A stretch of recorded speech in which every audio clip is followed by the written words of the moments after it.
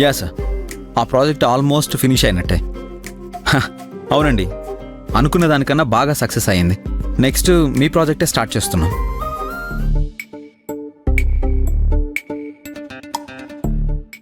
నేను వస్తాను కానీ నువ్వు వెళ్ళు. సార్, ఇదిగో అమ్మాయి, నువ్వు తలా తోకలేని మాటలు మాట్లాడితే వినే ఓపిక నాకు లేదు. నేను ఫోన్ కోసం వచ్చాను సార్. ఆ మూర్ఖుణ్ణి వదలొద్దని మీరే చెప్పారు కదా. అవునవును, నువ్వు తగ్గేదేలే. మ్, నీ సిమ్ ఇందులోనే ఉంది. ఫోన్ చెయ్యి, ఫోన్ చెయ్యి. చెయ్యి, అస్సలు వదలొద్దు. మ్. చెయ్యి.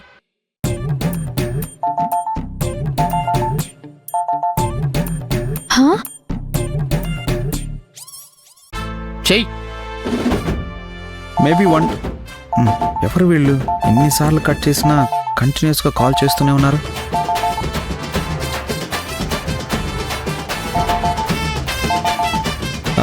సార్, నేను మీకు మళ్ళీ కాల్ చేస్తాను. యా.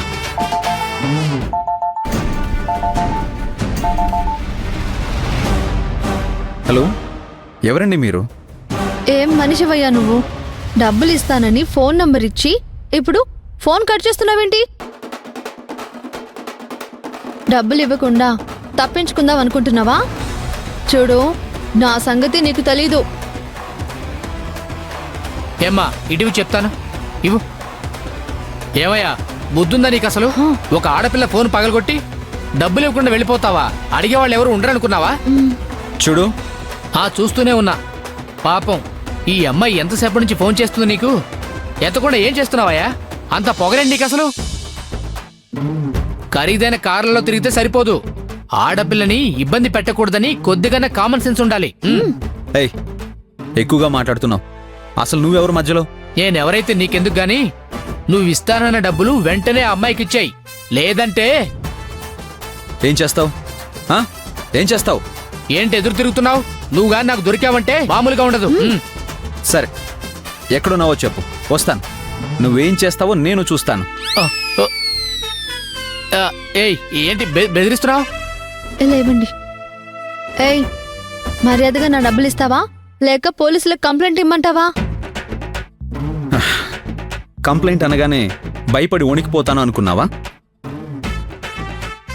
నా తప్పు లేకపోయినా నీ కొత్త ఫోన్ పగిలిపోయిందన్న జాలితో నీకు డబ్బులు ఇస్తాను అన్నాను.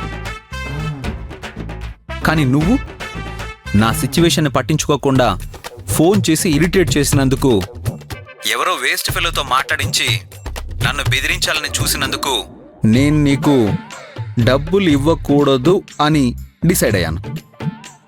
ఏంటి మాట మారుస్తున్నావేంటి? ఇవ్వనంటే ఎలా కుదురుతుంది? నువ్వు నాకు ఇచ్చి తీరాల్సిందే. ఒక్క రూపాయి కూడా ఇవ్వను.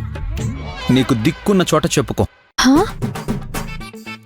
నువ్వెన్నిసార్లు ఫోన్ చేసినా సరే ఇక నేను లిఫ్ట్ చేయను. ఏం చేసుకుంటావో చేసుకో. హలో హలో, ఏమైందమ్మా? ఫోన్ పెట్టేశాడు సార్.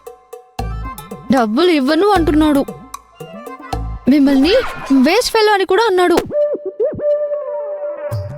ఆడపిల్లని పల్లెటూరు నుంచి వచ్చిన దాన్ని అని నన్ను తక్కువ అంచనా వేస్తున్నాడేమో. ఆ పొగరుబోతు నుండి డబ్బులు వసూలు చేసేదాకా నేను వదలను. వెంటాడుతూనే ఉంటాను. ఎక్కడున్నా సరే పట్టుకుని తీరుతాను.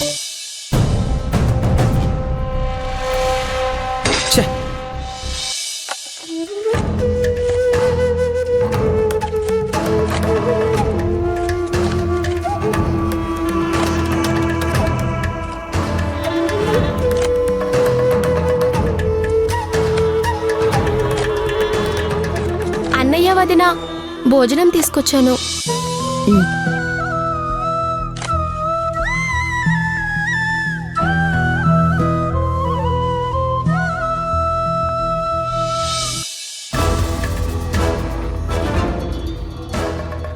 అయ్యో పాపం, పుస్తకం పట్టుకుని చదువుకోవాల్సిన పిల్లలకి గరిటె పట్టుకుని వంట చేయాల్సిన గతి పట్టింది.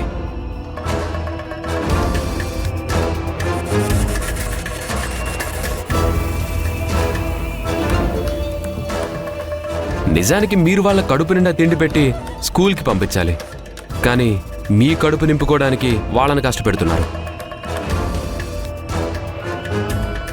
పసిపిల్లల్ని ఇబ్బంది పెట్టే బదులు మీరు నా ఇంట్లోనే ఎంగిలి పడొచ్చు కదా.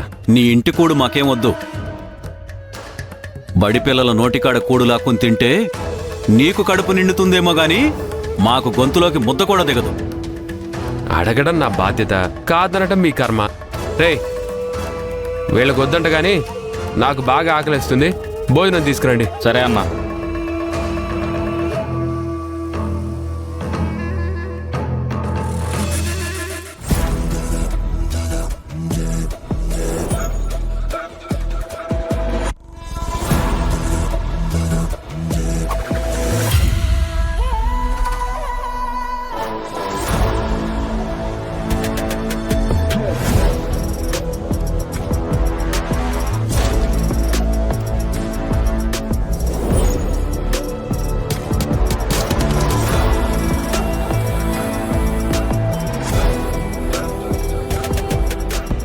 బిర్యానీ అదిరిపోయిందిరా. అమ్మా చికెన్.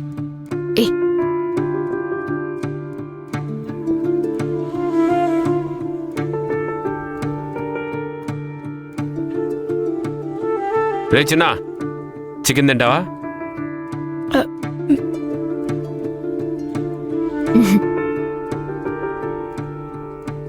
మీ నాన్న అలాగే మాట్లాడతాడు గాని నువ్వు తిందురా.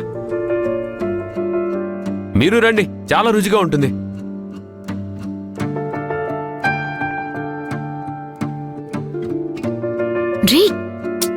చింటూ, నాన్న ప్లీజ్ నాన్న వదిలే. చికెన్ తిని చాలా రోజులైంది నాన్న.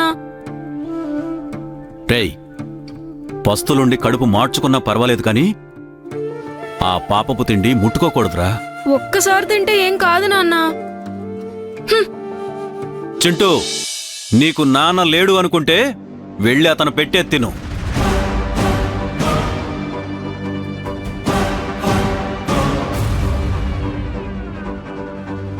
మీకు రాసి పెట్టలేదురా, ఏం చేస్తాం.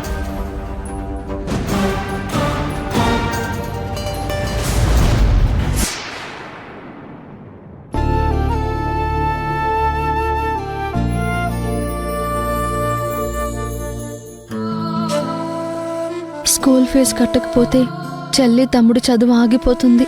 నా వల్ల వాళ్ళ జీవితం దెబ్బతింటుంది. అలా జరగనివ్వకూడదు. కానీ ఇప్పటికిప్పుడు డబ్బులు ఎలా తీసుకురావాలి? బాస్ అడ్వాన్స్ ఇస్తాడన్న ధైర్యంతో వచ్చాను, కానీ ఆ దారి కూడా మూసుకుపోయింది. ఇప్పుడు ఏం చెయ్యాలి? వినాయక, నువ్వే ఏదో ఒక దారి చూపించు.